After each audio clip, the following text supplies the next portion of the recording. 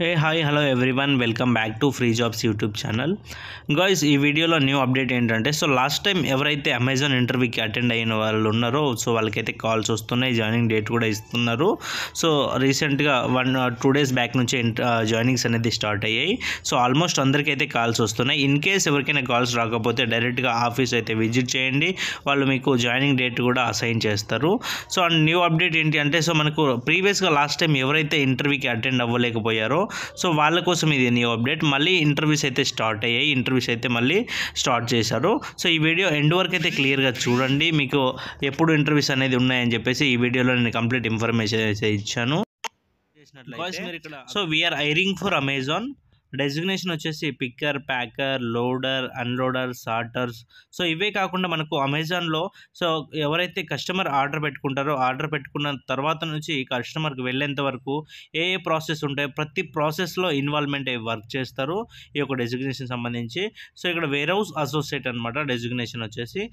వాళ్ళు చేయాల్సిన roles and responsibilities వచ్చేసి ఈ యొక్క నేను ఏదైతే మెన్షన్ చేశానో అవి చేయాల్సి వస్తుంది.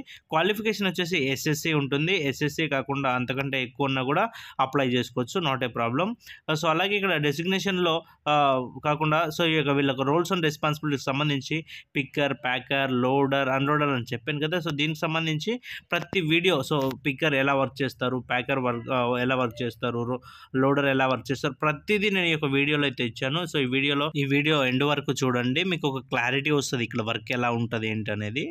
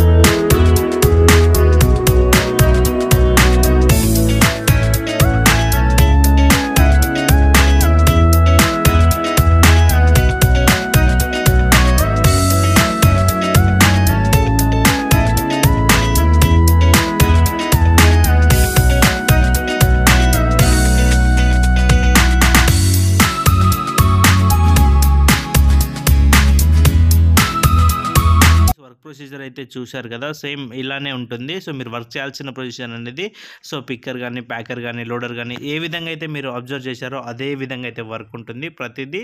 సో ఇక్కడ ఏదైతే చూపించామో అదే విధంగా ఉంటుంది. అండ్ జెండర్ వచ్చేసి ఫీమేల్స్ అయినా మేల్స్ అయినా ఎవరైనా అప్లై చేసుకోవచ్చు. ఏజ్ లిమిట్ వచ్చేసి 18 to below 30 ఎవరైతే ఉంటారో ఈ యొక్క ఏజ్ లిమిట్లో మీరు అప్లై చేసుకోవచ్చు. సో రిక్వైర్డ్ డాక్యుమెంట్స్ కనుక చూసుకున్నట్లయితే resume, updated Aadhaar card, SSC xerox, bank account, PAN card. So ఈ యొక్క డాక్యుమెంట్స్ అనేది mandatory. So updated Aadhaar card అంటే so full date of birth ఉండే ఆధార్ కార్డ్ మాత్రమే యాక్సెప్ట్ చేస్తారు. ఓన్లీ ఇయర్ ఉన్నది మాత్రం యాక్సెప్ట్ చేయరు. సో మీకు ఆటోమేటిక్గా మొబైల్ నెంబర్ లింక్ ఉంటే ఈ ఆధార్ కార్డ్ అనేది మీరు డౌన్లోడ్ చేసుకోవచ్చు.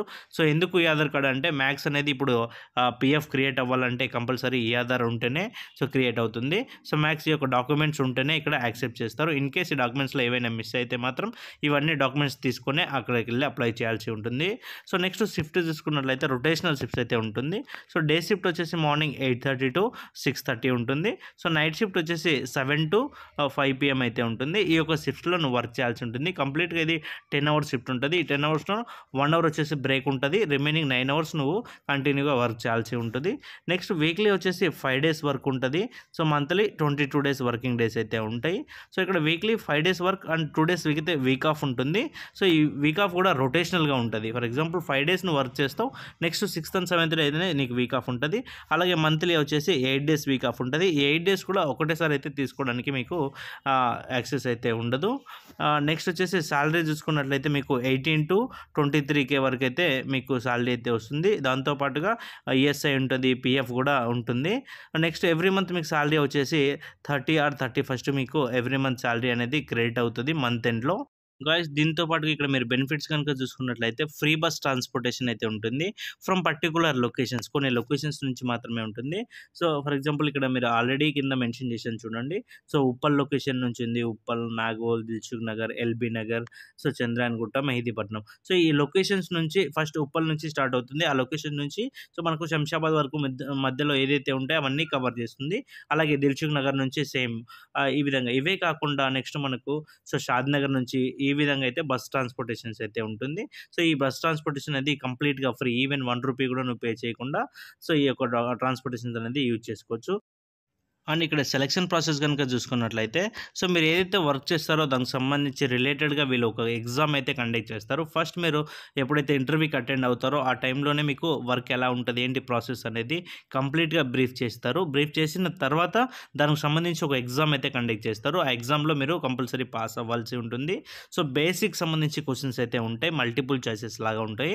సో దీంట్లో మ్యాక్సిమం అందరూ పాస్ అవుతారు. అలాగే నెక్స్ట్ వచ్చేసి ఇది మేజర్ పాయింట్ ఇది. So English reading and translation. So English reading and translation అంటే ఏంటి అంటే మనకు ఇంగ్లీష్ ఏదైతే ఉందో ఇంగ్లీష్ అనేది వీళ్ళ దగ్గర కొన్ని పాయింట్స్ అయితే ఉంటాయి. ఆ పాయింట్స్ చదివి మీరు తెలుగులో ఎక్స్ప్లెయిన్ చేయగలగాలి. వాళ్ళని మాత్రమే ఇక్కడ సెలెక్ట్ చేస్తారు. ఇన్ కేస్ మీరు చదివి తెలుగులో చెప్పలేకపోయినా కూడా యాక్సెప్ట్ చేయరు. సో ఇదైతే చూసుకోండి, ఇది మేజర్ పాయింట్. మీరు సెలెక్షన్ అవ్వాలి అంటే కంపల్సరీ ఇంగ్లీష్ రీడింగ్ ట్రాన్స్లేషన్ ఉన్న వాళ్ళని మాత్రమే సెలెక్షన్ చేస్తారు. ఇన్ కేస్ అది ఫెయిల్ అవుతే మాత్రం మీరు సెలెక్ట్ అవ్వనట్లే. సో ఇదే గాయ్స్ కంప్లీట్ ప్రాసెస్.